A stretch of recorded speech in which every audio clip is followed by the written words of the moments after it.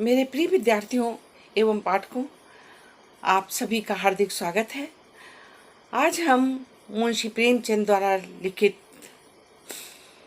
कहानी दिल की रानी सुनेंगे। यह एक ऐसी युवा नारी पर आधारित कहानी है जिसको कोई भी देखता है उसका सौंदर्य से आकर्षित हुए बिना नहीं रह पाता। यही कारण है कि तैमूर उसकी ओर आकर्षित होता है और अंत में यही इसी वीरवाला से प्रेम हो जाता है और उस कठोर हृदय वाले नृशंस राजा का हृदय परिवर्तन होता है। इस ऐतिहासिक कहानी के प्रमुख पात्र हैं पुरुष पात्र तैमूर तथा स्त्री पात्र उम्तुल हबीब। यह हमेशा बालक के वेश में, पुरुष के वेश में रहती है। इसके माता पिता ने किसी कारणवश धर्म परिवर्तन करके मुसलमान बन गए थे। तो चलिए दिल की रानी कहानी के विषय में जानने के लिए हम लेखक मुंशी प्रेमचंद जी के शब्दों में कहानी को सुनते हैं। तो चलिए मुंशी प्रेमचंद जी के शब्दों में हम दिल की रानी कहानी को सुनते हैं। जिन वीर तुर्कों के प्रखर प्रताप से ईसाई दुनिया काँप रही थी, उन्हीं का रक्त आज कुस्तुनतुनिया की गलियों में बह रहा है। वही कुस्तुनतुनिया जो 100 साल पहले तुर्कों के आतंक से आहत हो रहा था, आज उनके गर्म रक्त से अपना कलेजा ठंडा कर रहा है और तुर्की सेनापति 1 लाख सिपाहियों के साथ तैमूरी तेज के सामने अपनी किस्मत का फैसला सुनने के लिए खड़ा है।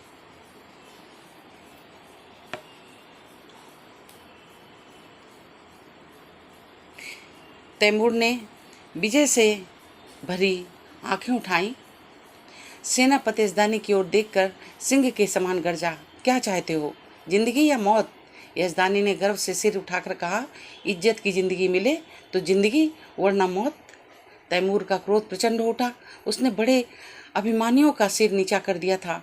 यह जवाब इस अवसर पर सुनने की उसे ताव न थी। इन 1 लाख आदमियों की जान उसकी मुट्ठी में है। इन्हें वह एक क्षण में मसल सकता है। इस पर इतना अभिमान, इज्जत की जिंदगी। इसका यही अर्थ है कि गरीबों का जीवन अमीरों के भोग विलास पर बलिदान किया जाए। वही शराब के मजलसी, वही अर्मीनिया और काफ की बनिया। नहीं, तैमूर ने खलीफा बायजीद का घमंड इसलिए नहीं तोड़ा है कि तुर्कों को फिर उसी मदान्ध स्वाधीनता में इस्लाम का नाम डुबोने को छोड़ दें। तब उसे इतना रक्त बहाने की क्या जरूरत थी? मानव रक्त का प्रवाह संगीत का प्रवाह नहीं, रस का प्रवाह नहीं, एक विभत्स दृश्य है जिसे देखकर आंखें मुंह फेर लेती हैं और दृश्य सिर झुका लेता है। तैमूर हिंसक पशु नहीं है जो यह दृश्य देखने के लिए अपने जीवन की बाजी लगा दे। वह अपने शब्दों में धिक्कार भरकर बोला, जिसे तुम इज्जत की जिंदगी कहते हो, वह गुनाह और जहन्नुम की जिंदगी है। यज़दानी को तैमूर से दया या क्षमा की आशा न थी। उसकी या उसके योद्धाओं की जान उसी तरह नहीं बच सकती।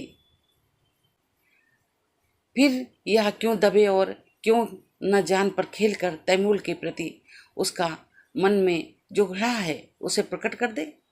उसने एक बार कातर नेत्रों से उस रूपवान युवक की ओर देखा जो उसके पीछे खड़ा है, जैसे अपनी जवानी की लगाम खींच रहा था।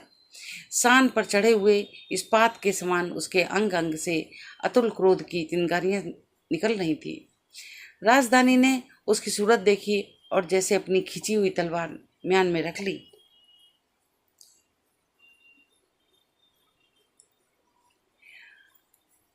और खून के घूंट पीकर बोला, जा पनाह, इस वक्त फतेहमंद है, लेकिन अपराध क्षमा हो तो कह दूं कि अपने जीवन के विषय में तुर्कों को तातारियों से उपदेश लेने की जरूरत नहीं। दुनिया से अलग तातार के ऊसर मैदानों में न त्याग और व्रत की उपासना की जा सकती है और ना मैसर होने वाले पदार्थों का बहिष्कार किया जा सकता है। पर जहाँ खुदा ने नेमतों की वर्षा की हो, वहाँ उन नेमतों का भोग न करना नाशुक्री है। अगर तलवार ही सभ्यता की सनद होती तो गाल कौम रोमनों से कहीं ज्यादा सभ्य होती। तैमूर जोर से हंसा और उसके सिपाहियों ने तलवारों पर हाथ रख लिए। तैमूर का ठाका मौत का ठाका था या गिरने वाले वज्र का तड़ाका? तातार वाले पशु हैं क्यों? मैं ये नहीं कहता। तुम कहते हो खुदा ने तुम्हें ऐश करने के लिए पैदा किया। मैं कहता हूँ ये कुफ्र है। खुदा ने इंसान को बंदगी के लिए पैदा किया है और इसके खिलाफ जो कोई कुछ करता है वह काफिर है और जहन्नुमी है।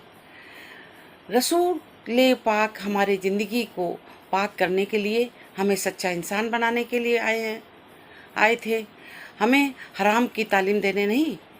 तैमूर दुनिया की इस कुफ्र से पाक कर देने वाली बीड़ा उठा चुका है। रसूल पाक के कदमों की कसम, मैं बेरहम नहीं हूँ, जालिम नहीं हूँ, खूंखार नहीं हूँ, लेकिन कुफ्र की सज़ा मेरे ईमान में मौत के सिवा कुछ नहीं है। उसने तातारी सिपह सालार की तरफ कातिल नज़रों से देखा और तत्क्षण एक देव सा आदमी तलवार सौंप कर यजदानी के सिर पर आ पहुंचा।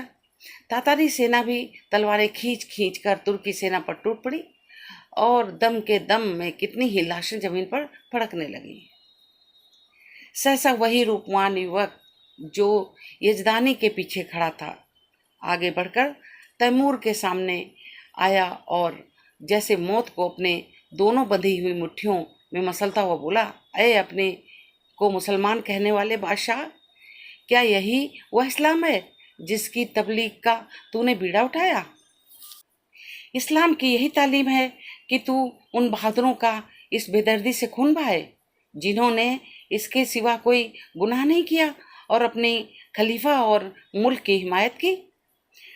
चारों तरफ सन्नाटा छा गया। एक युवक जिसकी अभी मसें भी न भीगी थी, तैमूर जैसे तेजस्वी बादशाह का इतने खुल के शब्दों में तिरस्कार करे, उसकी जबान तालू से ना खिंचा ली जाए। सभी स्तंभित हो रहे थे कि तैमूर सम्मोहित सा बैठा था उस युवक की ओर ताक रहा था। युवक ने तातारी सिपाहियों की तरफ, जिनके चेहरों पर कौतूहल में प्रोत्साहन झलक रहा था, देखा। बोला, तू इन मुसलमानों के काफिर कहता है और समझता है इन्हें तू कत्ल करके खुदा बन जाएगा, और समझता है कि तू कत्ल करके खुदा इस्लाम की खिदमत कर रहा है।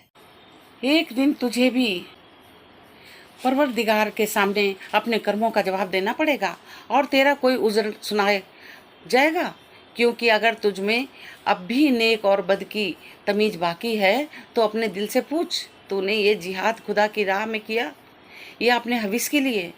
मैं जानता हूँ तुझे तो जवाब मिलेगा।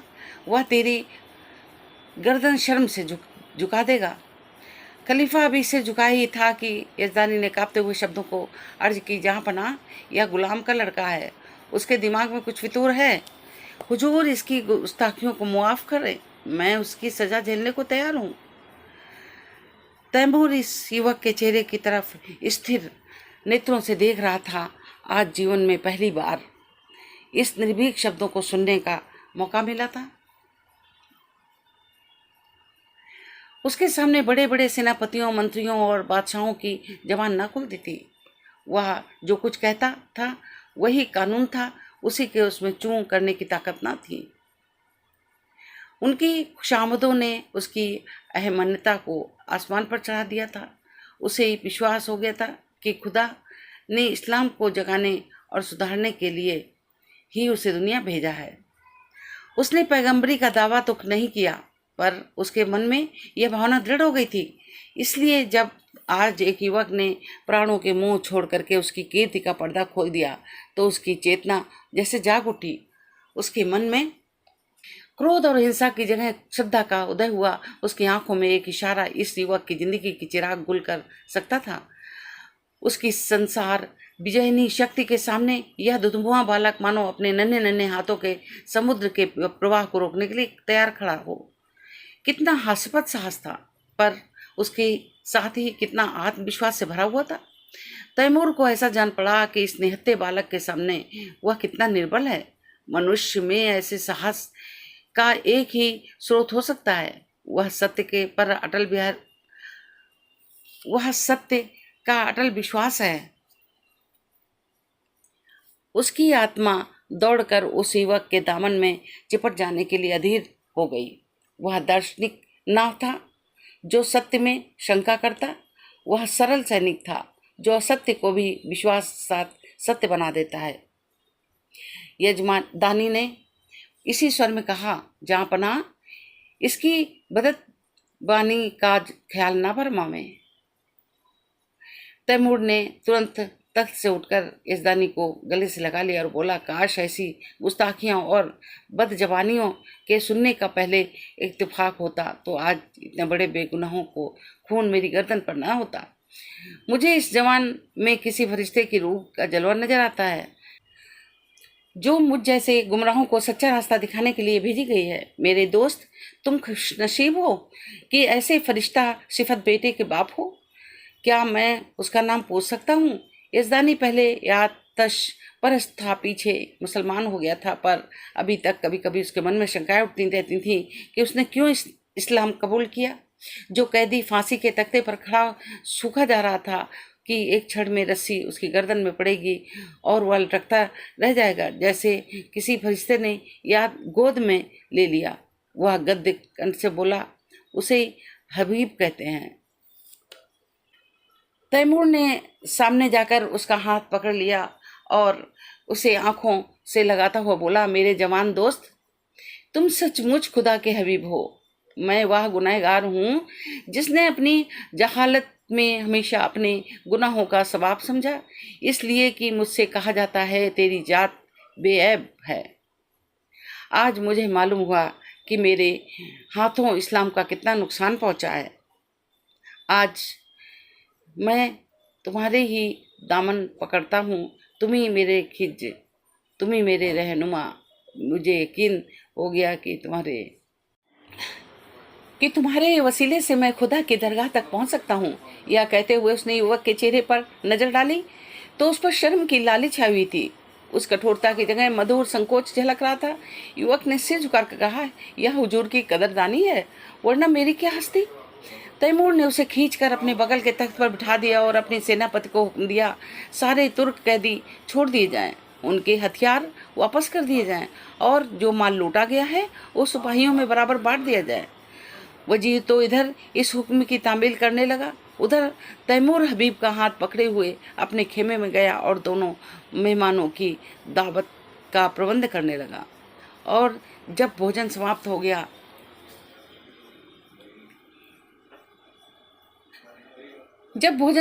गया तो उसने अपने जीवन की सारी कथा रो रो कर कह सुनाई, जो आदि से अंत तक मिश्रित पश्चाताप और बर्बरता के कृत्यों से भरी हुई थी। और उसने यह भी सब इस भ्रम में किया कि वह ईश्वरीय आदेश का पालन कर रहा है। वह खुदा को कौन मुंह दिखाएगा। रोते रोते उसकी इश्कियाँ बंध गई। अंत में उसने हबीब से कहा, मेरे जवान दोस्त, अब मेरा बेड़ा आप ही पार लगा सकते हैं। आपने मुझे राह दिखाई है, जो मंजिल आप पहुंचाए, मेरी बादशाहत को अब आप ही संभाल सकते हैं। मुझे अब मालूम हो गया है कि उसे तबाही के रास्ते पर लिए जाता था। मेरी आपसे यही इल्तिजा है कि आप उससे बजारत कबूल करें। देखिए, खुदा के लिए इनकार मत कीजिएगा, वरना मैं कहीं का नहीं रहूँगा। यजदानी ने अर्ज की, हुजूर इतनी कदरदानी फरमाते हैं तो आपकी इनायत है, लेकिन अभी इस लड़के की उम्र ही क्या है। वजारत की खिदमत ये क्या अंजाम दे सकेगा। अभी तो उसकी तालीम के दिन हैं। इधर से इनकार होता रहा और उधर तैमूर आग्रह करता रहा। यजदानी इनकार तो कर रहे थे पर छाती फूली जाती थी। मूसा आग लेने गए थे पैगंबरी के लिए, पैगंबरी मिल गई थी, कहाँ मौत के मुंह में जा रहे थे, वजारत मिल गई। लेकिन यह शंका भी थी कि ऐसे अस्थिर चित्त आदमी क्या ठिकाना। आज खुश हुए, वजारत देने को तैयार, कल नाराज हो गए तो जान की खैरियत नहीं। उन्हें हबीब की लियाकत पर भरोसा था, फिर भी जी डरता था कि वीराने देश के न जाने कैसी पड़े कैसी न पड़े। दरबार वालों में षड्यंत्र होते ही रहते हैं। हबीब नेक हैं, समझदार हैं, अवसर पहचानता है, लेकिन वह तजर्बा कहाँ से लाएगा जो उम्र से ही आता है। उन्होंने इस प्रश्न का विचार करने के लिए एक दिन मोहलत मांगी और रुखसत हुए। हबीब यज़दानी का लड़का नहीं, लड़की थी। उसका नाम उम्तुल हबीब था। जिस वक्त यज़दानी और उसकी पत्नी मुसलमान हुए तो लड़की की उम्र कुल 12 साल की थी, पर प्रकृति ने उसे बुद्धि और प्रतिभा के साथ विचार स्वातंत्र्य भी प्रदान किया था। वह जब तक सत्यासत्य की परीक्षा न कर लेती कोई बात स्वीकार न करती। माँ बाप के धर्म परिवर्तन से उसे अशांति तो हुई, पर जब तक इस्लाम को अच्छी तरह अध्ययन न कर ले वह केवल माँ बाप को खुश करने के लिए इस्लाम की दीक्षा नहीं ले सकती थी। माँ बाप भी उस पर किसी तरह का दबाव न डालना चाहते थे। जैसे उन्हें अपने धर्म को बदल देने का अधिकार था, वैसे ही उसे अपने धर्म पर आरूढ़ रहने का भी अधिकार था। लड़की को संतोष हुआ, लेकिन उसने इस्लाम और जरजुश्ते धर्म दोनों ही का तुलनात्मक अध्ययन आरंभ किया। पूरे 2 साल के अन्वेषण और परीक्षण के बाद उसने भी इस्लाम की दीक्षा ले ली। माता पिता फूले न समाये। लड़की उनके दबाव से मुसलमान नहीं हुई, बल्कि स्वेच्छा से, स्वाध्याय से और ईमान से। 2 साल तक उन्हें शंका घेरे रहती थी, वह मिट गई। यज़दानी के कोई पुत्र ना था, और उस युग में जबकि आदमी की तलवार ही सबसे बड़ी अदालत थी, पुत्र का ना रहना संसार का सबसे बड़ा दुर्भाग्य था। यज़दानी बेटे का अरमान बेटी से पूरा करने लगा। लड़कों ही की बात उसकी शिक्षा दीक्षा होने लगी। वह लड़कों से कपड़े पहनती, घोड़े पर सवार होती, अस्त्र शस्त्र विद्या सीखती, अपने बाप के साथ अक्सर खलीफा बायजीद के महलों में जाती और राजकुमारी के साथ शिकार खेलने जाती। इसके साथ ही वह दर्शन, काव्य, विज्ञान, अध्यात्म का भी अभ्यास करती। यहाँ तक कि 16वें वर्ष में वह फौजी विद्यालय में दाखिल हो गई और 2 साल के अंदर वहाँ की सबसे ऊंची परीक्षा पास करके फौज में नौकर हो गई। शस्त्र विद्या और सेना संचालन कला में इतनी निपुण थी कि खलीफा बायजीद उसके चरित्र पर इतना प्रसन्न था कि पहले ही पहल उसे एक हजारी मनसब मिल गया। ऐसी युवती को चाहने वालों की क्या कमी।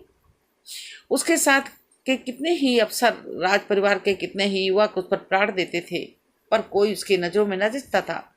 नित्य ही निकाह के पैगाम में आते, पर वह हमेशा इनकार कर देती। वैवाहिक जीवन से उसे अरुचि थी कि युवतियाँ कितने अरमानों से ब्याह कर लाई जाती हैं और फिर कितने निरादर से महलों में बंद कर दी जाती हैं। उनका भाग्य पुरुषों की दया के अधीन है। अक्सर ऊंचे घरानों की महिलाओं को उसको मिलने जुलने का अक्सर अवसर मिलता। उनके मुख से उनकी करुणा कथा सुनकर वो वैवाहिक पराधीनता से और भी घृणा करने लगती, और यज़दानी उसकी स्वाधीनता से बिल्कुल बाधा न देता था। लड़की स्वाधीन है, इसकी इच्छा हो विवाह करे, कुंवारी रहे, वह अपनी आप मुख्तार है। उसके पास पैगाम आते तो वह साफ जवाब देता था, मैं इस बारे में कुछ नहीं जानता, इसका फैसला वही करेगी। यद्यपि एक युवती का पुरुष वेश में रहना, युवती से मिलना जुलना, युवकों से मिलना जुलना समाज में आलोचना का विषय था, पर यज़दानी और उसकी स्त्री दोनों ही को उसके सतीत्व पर विश्वास था। हबीब के व्यवहार और आचार से उन्हें कोई ऐसी बात न नजर आती जिससे उन्हें किसी तरह की शंका होती। यौवन की आंधी और लालसाओं के तूफान में वह 24 वर्षों तक वीरबाला अपने हृदय की संपत्ति लिए अटल और अज्ञेय खड़ी थी, मानो सभी युवक उसके सगे भाई हैं। कुछ दुनिया में कितनी खुशियां मनाई गई, हबीब का कितना सम्मान और स्वागत हुआ, उसे कितनी बधाइयां मिली, ये सब लिखने की बात नहीं है। शहर तबाह हुआ जाता था। संभव था आज उसके महलों और बाजारों से आग की लपटें निकलती होती। राज्य और नगर को उस कल्पनातीत विपत्ति से बचाने वाला आदमी कितने आदर, प्रेम, श्रद्धा और उल्लास का पात्र होगा, इसकी तो कल्पना भी नहीं की जा सकती। इस पर कितने फूलों और कितने लाल जवाहरों की वर्षा हुई, इसका अनुमान तो कोई कवि ही कर सकता है। और नगर की महिलाएं हृदय के अक्षय भंडार से आशीषें निकाल निकाल कर उस पर लुटाती थीं और गर्व से फूली हुई उसका मुंह निहार कर अपने को धन्य मानती थीं। उसने देवियों का मस्तक ऊंचा कर दिया था। रात को तैमूर के प्रस्ताव पर विचार होने लगा। सामने गद्देदार कुर्सी पर यजमानी था, सौम्य, विशाल और तेजस्वी। उसकी दाहिनी तरफ उसकी पत्नी थी, ईरानी लिबास में, आंखों में दया और विश्वास की ज्योति भरे हुए। बाईं तरफ उम्मुतुल हबीब थी, जो इस समय रमणी वेश में मोहिनी बनी हुई थी, ब्रह्मचर्य के तेज से दीप्त। यजदानी ने प्रस्ताव का विरोध करते हुए कहा, मैं अपने तरफ से कुछ नहीं कहना चाहता, लेकिन यदि मुझे सलाह देने के अधिकार है तो मैं स्पष्ट कहता हूँ कि तुम्हें इस प्रस्ताव को कभी स्वीकार न करना चाहिए। तैमूर से यह बात बहुत दिन तक छिपी नहीं रह सकती कि तुम क्या हो, इस वक्त क्या परिस्थिति होगी, मैं नहीं कह सकता। और यहाँ इस समय में जो कुछ टिकाएं होंगी वह क्या तुम मुझसे ज़्यादा जानती हो? यहाँ मैं मौजूद था और कुत्सा को मुंह ना खोलने देता, पर वहाँ तुम अकेली रहोगी और कुत्सा को मनमाने आरोप करने का अवसर मिलता रहेगा।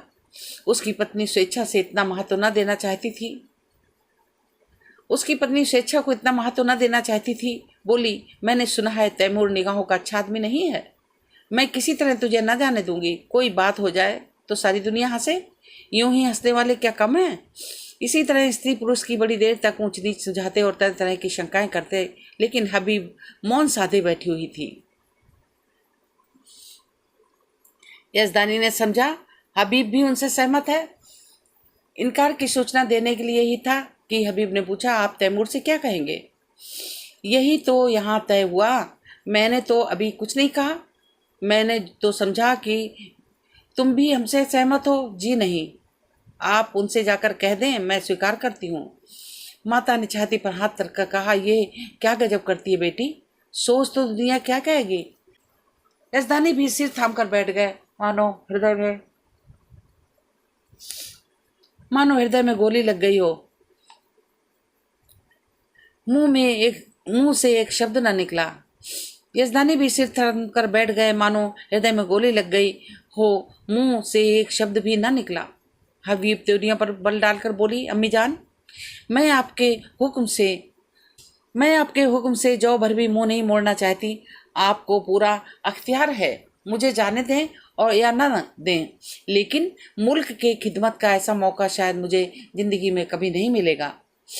इस मौके को हाथ से खो देने का अफसोस मुझे उम्र भर रहेगा। मुझे यकीन है अमीर तैमूर को भी मैं अपनी दियानत, बेगैरजी और सच्ची वफादारी से इंसान बना सकती हूँ, और शायद उसके हाथों खुदा के बंदों का खून इतनी कसरत से न बहे।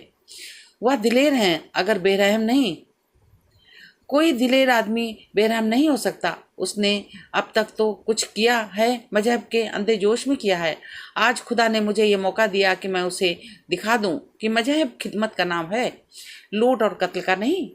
अपने बारे में मुझे मुतलक अंदेशा नहीं है। मैं अपनी हिफाजत आप कर सकती हूँ। मुझे दावा है कि अपने फर्ज को नेक नियति से अदा करके मैं दुश्मनों की जुबान को बंद कर सकती हूँ। और मान लीजिए मुझे नाकामी भी हुई, तो क्या सच्चाई, हक के लिए कुर्बान हो जाना जिंदगी का सब शानदार फतह नहीं है? अब तक मैंने जिस उसूल पर जिंदगी का बसर की, उसने मुझे धोखा नहीं दिया, और उसी के फैज़ से आज मुझे यह दर्जा हासिल हुआ है जो बड़े बड़ों के लिए जिंदगी का ख्वाब है। मेरे आजमाए हुए दोस्त मुझे कभी धोखा नहीं दे सकते। तैमूर पर मेरी हकीकत खुल जाए तो क्या खौफ, मेरी तलवार मेरी हिफाजत कर सकती है। शादी पर मेरे ख्याल आपको मालूम है, अगर मुझे कोई ऐसा आदमी मिलेगा जिसे मेरी रूह कबूल करती है, जिसकी जात अपनी हस्ती को खोकर मैं अपनी रूह को ऊंचा उठा सकूं, तो मैं उसके कदमों पर गिरकर अपनी उसकी नज़र कर दूंगी। यजदानी ने खुश होकर बेटी को गले लगा लिया। उसकी स्त्री इतनी जल्द आश्वस्त ना हो सकी। वह किसी तरह बेटी को अकेली न छोड़ेगी, उसके साथ वो भी जाएगी। कई महीने गुजर गए। युवक हबीब तैमूर का वजीर है, लेकिन वास्तव में वही बादशाह है। तैमूर उसी की आंखों से देखता है, उसी की कानों से सुनता है, उसी की अक्ल से सोचता है।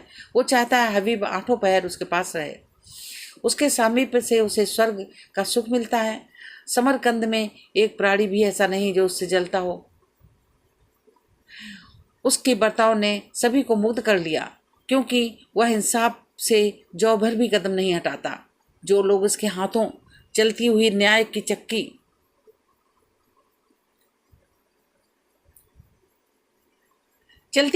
चक्की पिस जाते हैं, वे भी उससे सद्भाव ही रखते हैं, क्योंकि वह न्याय की जरूरत से ज्यादा कटु नहीं होने देता। संध्या हो गई थी, राज्य कर्मचारी जा चुके थे। क्षमादान में मोम की बत्तियां जल रही थी। अगर की सुगंध से सारा दीवान खाना महक रहा था। हबीब उठने ही को थे कि चौबेदार की खबर दी, हुजूर जहांपनाह तशरीफ ला रहे हैं। हबीब इस खबर से कुछ प्रसन्न नहीं हुआ। अन्य मंत्रियों की बात वो तैमूर की सोबत में भूखा नहीं है। वो हमेशा तैमूर से दूर रहने की चेष्टा करता। शायद ही कभी हुआ कि उसने सही दस्तरखान पर भोजन किया हो। तैमूर की मजलिसों में भी वह कभी शरीक नहीं होता। उसे जब शांति मिलती तब एकांत में अपनी माता के पास बैठकर दिन भर का माजरा उससे कहता और उस पर अपनी पसंद की मुहर लगा देता।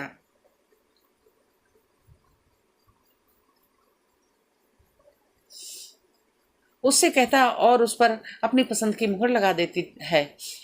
उसने द्वार पर जाकर तैमूर का स्वागत किया। तैमूर के मनसब पर बैठते हुए कहा, मुझे ताजुब होता है कि तुम इस जवानी में जाहिदों की सी जिंदगी कैसे बसर करते हो। हबीब, खुदा ने तुम्हें वह हुस्न दिया है कि हसीन से हसीन नाजनीन भी तुम्हारी माशूक बनकर अपने को खुशनसीब समझेगी।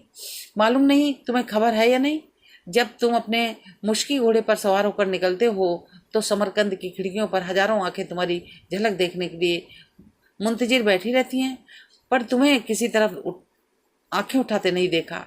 मेरा खुदा गवाह है, मैं कितना चाहता हूँ कि तुम्हारे कदमों के नक्शे पर चलूं, पर दुनिया मेरी गर्दन नहीं छोड़ती। मैं चाहता हूँ कि तुम दुनिया में रहकर भी दुनिया से अलग रहते हो।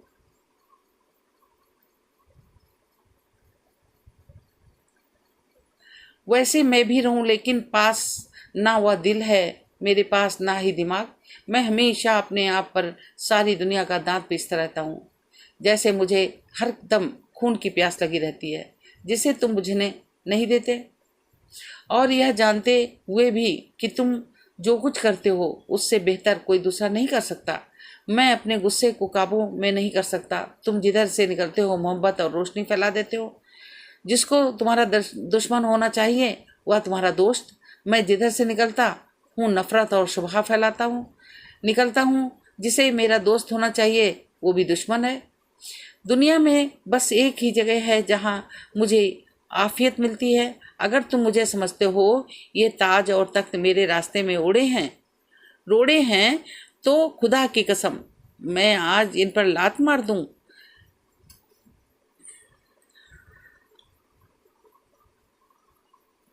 मैं आज तुम्हारे पास ये दरख्वास्त लेकर आया हूं कि तुम मुझे रास्ता दिखाओ जिससे मैं सच्ची खुशी पा सकूं। मैं चाहता हूं तुम इसी महल में रहो ताकि मैं तुमसे सच्ची जिंदगी का सबक सीखूं। हबीब का हृदय धक से हो गया। कहीं अमीर पर नारित्व का रहस्य खुल तो नहीं गया। उसकी समझ में न आया कि उसे क्या जवाब दे। उसका कोमल हृदय तैमूर की इस करुण आत्मग्लान पर द्रवित हो गया। जिसके नाम पर दुनिया कांपती है वह उसके सामने दयनीय प्राणी बनकर उससे प्रकाश की भिक्षा मांग रहा है। तैमूर की इस कठोर विकृत शुष्क हिंसात्मक मुद्रा में उसे एक स्निग्ध मधुर ज्योति दिखाई दी, मानो उसका जागृत विवेक भीतर से झांक रहा है।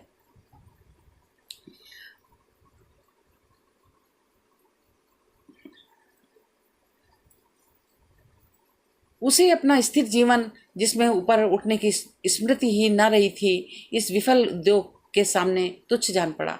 उसने मुग्ध कंठ से कहा, हुजूर इस गुलाम की इतनी कद्र करते हैं। यह मेरी खुशनसीबी है, लेकिन मेरा शाही महल में रहना मुनासिब नहीं। तैमूर ने कहा, क्यों? इसलिए कि जहाँ दौलत ज़्यादा होती है वहाँ डाके पड़ते हैं, और जहाँ कद्र ज़्यादा होती है वहाँ दुश्मन भी ज़्यादा होते हैं। तुम्हारा भी मेरा कोई दुश्मन हो सकता है। मैं खुद अपना दुश्मन हो जाऊंगा। आदमी का सबसे बड़ा दुश्मन गुरूर है।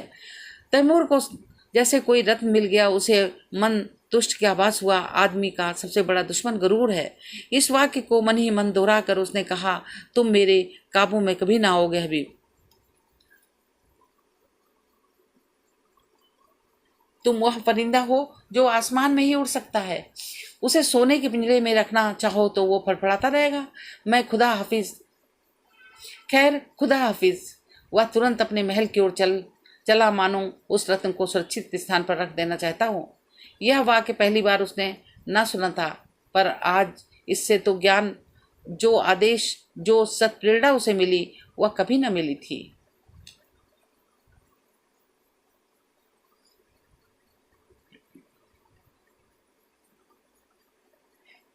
इस्तखर के इलाके के बगावत की खबर आई है। हबीब को शंका है कि तैमूर वहां पहुंचकर कहीं कत्लेआम न कर दे। वह शांतिमय उपायों से इस विद्रोह को ठंडा करके तैमूर को दिखाना चाहता है कि सद्भावना में कितनी शक्ति है। तैमूर उसे इस मुहिम पर नहीं भेजना चाहता, लेकिन हकीम आग्रह के सामने बेबस है। हबीब को जब कोई युक्ति न सूझी तो उसने कहा, गुलाम के रहते हुए हुजूर अपने जान खतरे में डाले, यह नहीं हो सकता। तैमूर मुस्कुराया, मेरी जान की तुम्हें जान के मुकाबले में कोई हकीकत नहीं है हबीब। फिर मैंने तो कभी जान की परवाह ना की। मैंने दुनिया के कत्ल और लूट के सिवा क्या यादगार छोड़ी है। मेरे मर जाने पर दुनिया मेरे नाम रोएगी नहीं। यकीन मानो, मेरे जैसे लुटेरे हमेशा पैदा होते रहेंगे, लेकिन खुदा न करे तुम्हारे दुश्मनों को कुछ हो गया तो यह सल्तनत खाक में मिल जाएगी।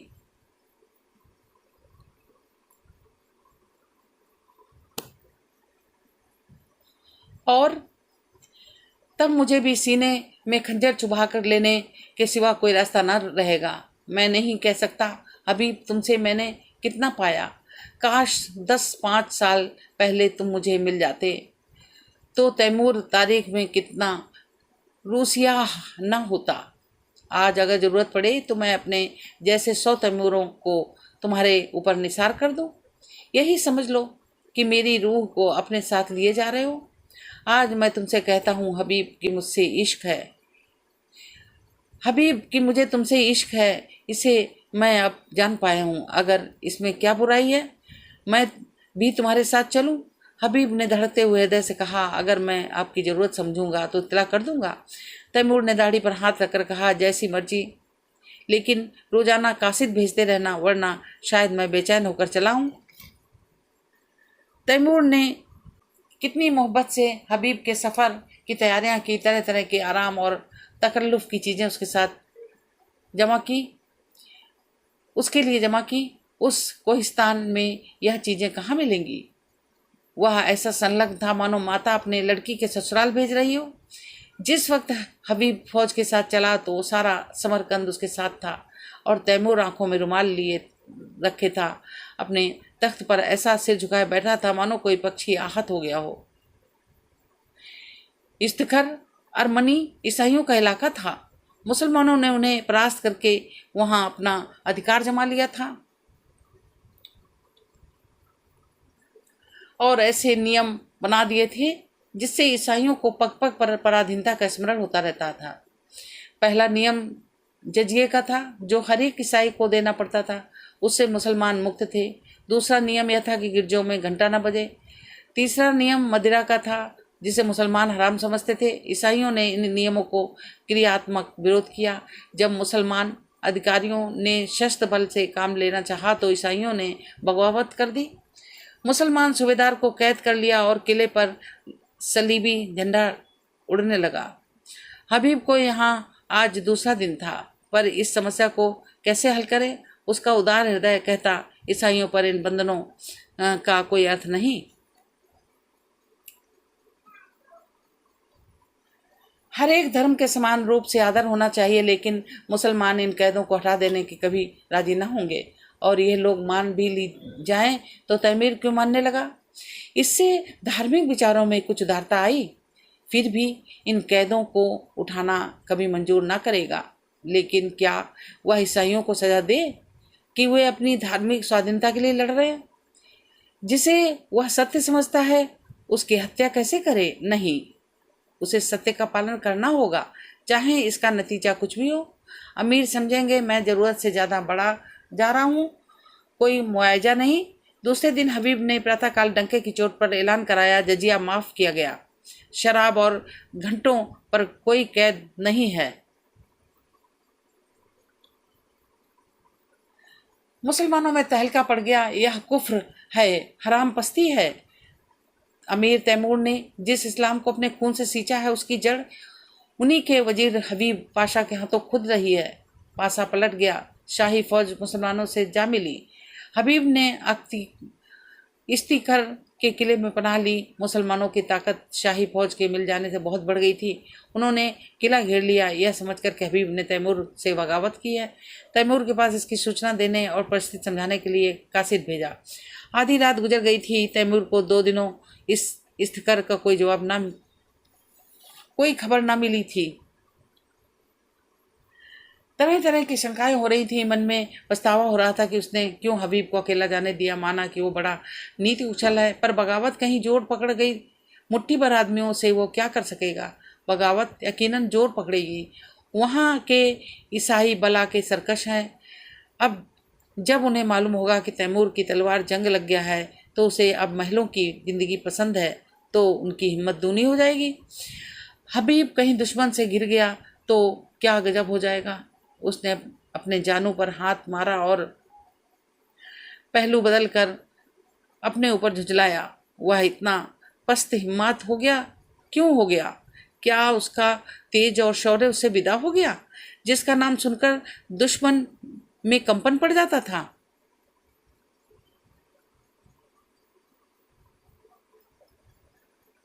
वह आज अपना मुंह छिपाकर महलों में बैठा हुआ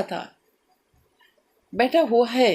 दुनिया की आंखों में उसका यही अर्थ हो सकता है कि तैमूर अब मैदान का शेर नहीं, कालीन का शेर हो गया। हबीब फरिश्ता और जो इंसान ने बुराइयों की वाकिफ नहीं, जो रहम और साफ दिली और बेगर्जी का देवता है। वह क्या जाने इंसान कितना शैतान हो गया है। अमन के दिनों में तो ये बातें कौम और मुल्क को तरक्की के रास्ते पर ले जाती हैं, पर जंग में जबकि शैतानी जोश का तूफान उठता है, इन खुशियों की गुंजाइश नहीं। उस वक्त तो उसी का जीत है जो इंसानी खून का रंग खेले, खेतों खलिहानों को जलाए, जंगलों को बसाए और बस्तियों को वीरान करे। अमन का कानून जंग के कानून से जुदा है। सहसा चौबदार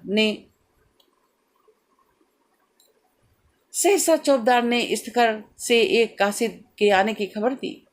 कासिद ने जमीन चूमी और एक किनारे पर अदब से खड़ा हो गया। तैमूर का रोब ऐसा छा गया कि जो कुछ कहने आया वो भूल गया। तैमूर की त्योनियां चढ़ाकर पूछा, क्या खबर लाया है? 3 दिन बाद आया है। आया भी तो इतनी रात गए। कासिद ने फिर जमीन चूमी और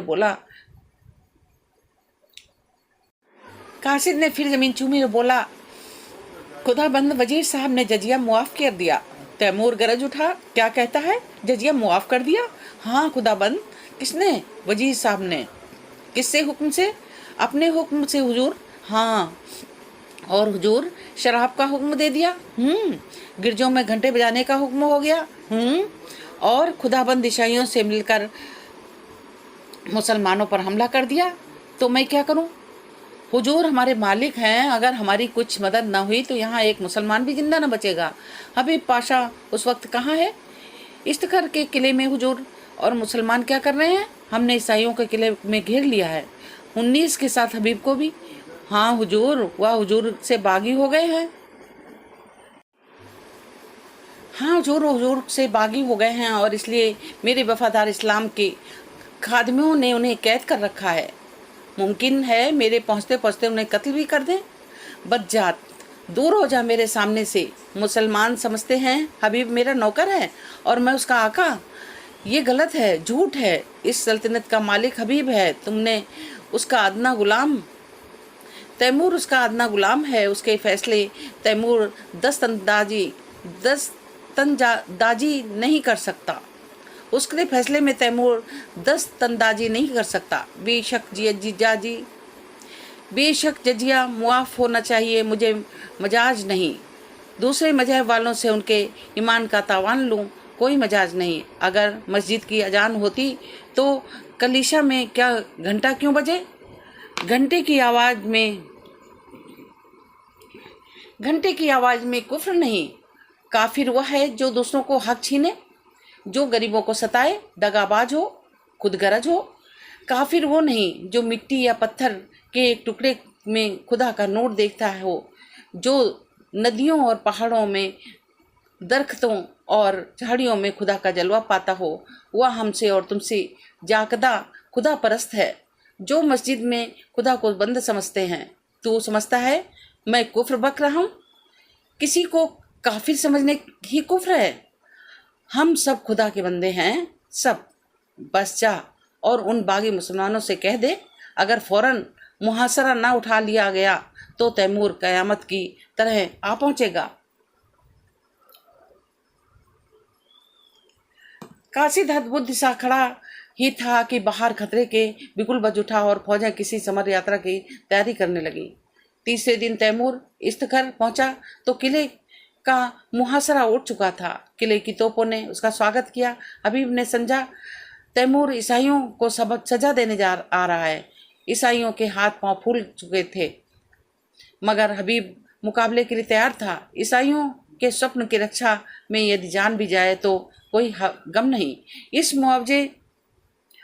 इस मुआवले पर किसी तरह का समझौता नहीं हो सकता। तैमूर अगर तलवार का काम लेना चाहता है तो उसका जवाब तलवार से ही दिया जाएगा। मगर यह बात क्या? शाही फौज सफेद झंडा दिखा रही है। तैमूर लड़ने नहीं, सुलह करने आया है। उसका स्वागत दूसरी तरह से का होगा। ईसाई सरदारों के साथ लिए हबीब किले के बाहर निकला। तैमूर अकेला घोड़े पर सवार चला आ रहा था। हबीब घोड़े से उतरकर आदाब बजा लाया।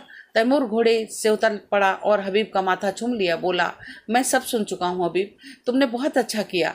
वही किया जो तुम्हारे सिवा दूसरा नहीं कर सकता। मुझे जजिया लेने या ईसाइयों को मजहबी हक छीनने का कोई मजाज न था। मैं आज दरबार करके इन बातों का तस्दीक कर दूंगा और तब मैं एक ही ऐसी तजवीज़ बताऊंगा जो कई दिन से मेरे जहन में आ रही है और मुझे उम्मीद है कि तुम मुझे मंजूर कर लोगे। मंजूर करना पड़ेगा। हबीब के चेहरे के रंग उड़ रहा था, कहीं हकीकत खुली तो नहीं गई। वह क्या तजवीज है? उसके मन की खलबली पड़ गई। तैमूर ने मुस्कुरा कर कहा, तुम मुझसे लड़ने को तैयार थे? हबीब ने शर्माते हुए कहा, हक के सामने अमीर तैमूर की भी कोई हकीकत नहीं। बेशक बेशक, तुम में फरिश्तों का दिल है तो शेरों की हिम्मत भी। लेकिन अफसोस यही है कि तुमने यह गुमान ही क्यों किया कि तैमूर तुम्हारे फैसलों को मनसूख कर सकता है। ये तुम्हारी जात है जिसने मुझे बतलाया कि सल्तनत किसी आदमी की जायदाद नहीं बल्कि एक ऐसा दरखत है जिसकी हर एक शाख, एक पत्ती एक सी खुराक पाती है। दोनों किले में दाखिल हुए। सूरज डूब चुका था। आन की आन में दरबार लग गया और उसमें तैमूर ने ईसाइयों के धार्मिक अधिकारों को स्वीकार किया। चारों तरफ से आवाज आई, खुदा हमारे शहंशाह की उम्र दराज करे। तैमूर ने उसी सिलसिले में कहा, दोस्तों, मैं इस दुआ का हकदार नहीं हूँ। जो चीज़ मैंने आपसे जबरन ली थी उसे आपको वापस कर देने में मैं दुआ का काम नहीं कर रहा हूँ। इससे कहीं ज़्यादा मुनासिब यह है कि आप मुझे लानत दें कि मैंने इतने दिनों तक आपके हकों से आपको महरूम रखा। चारों तरफ से आवाज़ आई, मरहबा मरहबा। दोस्तों, उन हकों के साथ मैं आपकी सल्तनत भी आपको वापस करता हूँ, क्योंकि खुदा की निगाह सभी इंसान बराबर है और किसी कौम या शख्स को दूसरी कौम पर हुकूमत करने का अख्तियार नहीं है। आज से आप अपने बादशाह हैं। मुझे उम्मीद है कि आप भी मुस्लिम आबादी को उससे जायज़ हकों से महरूम ना करेंगे। अगर कभी ऐसा मौका आए, कोई जाबिर कौम आपकी आज़ादी छीनने की कोशिश करे तो तैमूर आपकी मदद करने के लिए हमेशा तैयार रहेगा। किले में जश्न खत्म हुआ। उमरा और हुक्काम रुखसत हो चुके थे। दीवाने खास में सिर्फ तैमूर और हबीब रह गए। हबीब के मुख पर आज इस मिठास से वह छटा है जो सदा गंभीरता के नीचे दबी रहती थी। आज उसके कपोलों पर जो लाली है, आंखों में जो नशा, अंगों में जो चंचलता और कभी नजर ना आई। वह कई बार तैमूर की शोखियां कर चुका, कई बार हंसी कर चुका। उसकी युवती चेतना पद और अधिकार को भूलकर चहकती फिरती है। सहसा तैमूर ने कहा, हबीब, मैंने आज तक तुम्हारी हर एक बात मानी है। अब मैं तुमसे एक तजवीज करता हूँ जिसका मैंने जिक्र किया था, उसे तुम्हें कबूल करना पड़ेगा। हबीब ने धड़कते हुए हृदय से सिर झुकाकर कहा, फरमाइए। पहले वायदा करो कि तुम कबूल करोगे। मैं तो तुम्हारा गुलाम हूँ। नहीं, तुम मेरे मालिक हो, मेरी जिंदगी की रोशनी हो। तुमसे मैंने जितनी फैज पाया है उसका अंदाजा नहीं कर सकता। मैंने अब तक सल्तनत को अपनी जिंदगी का सबसे प्यारी चीज समझा था। इसके लिए मैंने वह सब कुछ किया जो मुझे न करना चाहिए था। अपनों के खून से भी इन हाथों को दागदार किया, गैरों के खून से भी। मेरा काम अब खत्म हो चुका है। मैंने बुनियाद जमा दी, इस पर महल बनाना तुम्हारा काम है। मेरी यही इल्तिजा है कि आज से तुम इस बादशाह के अमीर हो जाओ, मेरी जिंदगी में भी और मरने के बाद भी। हबीब ने आकाश के उड़ते हुए कहा, इतना बड़ा बोझ मेरे कंधे इतने मजबूत नहीं हैं। तैमूर ने दीन आग्रह से स्वर से कहा, नहीं मेरे प्यारे दोस्त, मेरी यह इल्तिजा माननी पड़ेगी।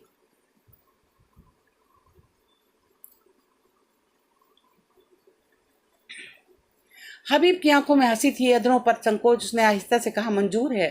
तैमूर ने प्रफुल्लित स्वर में कहा, खुदा तुम्हें सलामत रखे। लेकिन अगर आपको मालूम हो जाए कि हबीब एक कच्ची अक्ल की कुंवारी बालिका है तो वह मेरी बादशाहत के साथ मेरे दिल की वीरानी हो जाएगी। आपको बिल्कुल ताजुब नहीं हुआ? मैं जानता था कब से, जब तुमने पहली बार अपनी जालिम आंखों से मुझे देखा। मगर आपने छुपाया खूब। तुम्ही ने सिखाया। शायद मेरी सिवा यहाँ किसी को भी ये बात मालूम नहीं है। आपने कैसे पहचान लिया? तैमूर ने मतवाली आंखों को देखकर कहा, यह न बताऊंगा।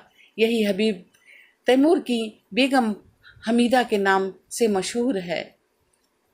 तो पाठकों, श्रोताओं, ये बहुत ही साहस से भरी हुई कहानी मुंशी प्रेमचंद जी की कहानियां हैं, में से एक है। तो चलिए अगली कहानी में हम मिलते हैं। धन्यवाद।